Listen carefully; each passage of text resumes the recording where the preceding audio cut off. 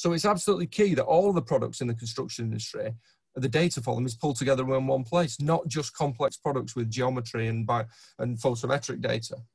And this is a real frustration for us. Okay, so let's move on to the perception of the way data is transacted in the industry. So at the moment, there's probably a view that it's a bit of a mixed-matched approach, and the traditional model is that you have, on the left-hand side, you would have the manufacturers, or I refer to these people as the owners of the data.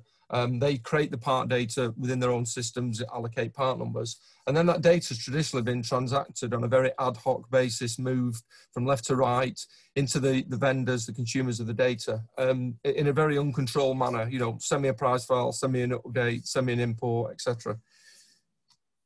Okay, so what we would like to look like is this, and I think Tom mentioned the golden thread here. This is something I've been banging on about for years, but you know, it's now been documented, obviously, as a concept within the Hackett report. But this is the utopia that we really need to be striving for. And you know, arguably, Gary mentioned his work with GS1. You know, the construction industry pulls apart from what sort of retail and pharmaceutical have done, because we just don't have that unique ID.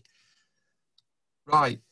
No, this is the reality. This is the mess that we're in. Now, the problem that we've got here is that you've got the initial slide and the golden thread concept overlaid with each other. So we do have at the moment central sources of data. We use a source of data, and there are other sources within the sector. And the problem is that some of those other alternatives are marketing their solutions, and it's become a competitive environment. In my mind, data management and the single source of the truth cannot be a competitive solution. It has to be a single source of the truth. It has to be agnostic.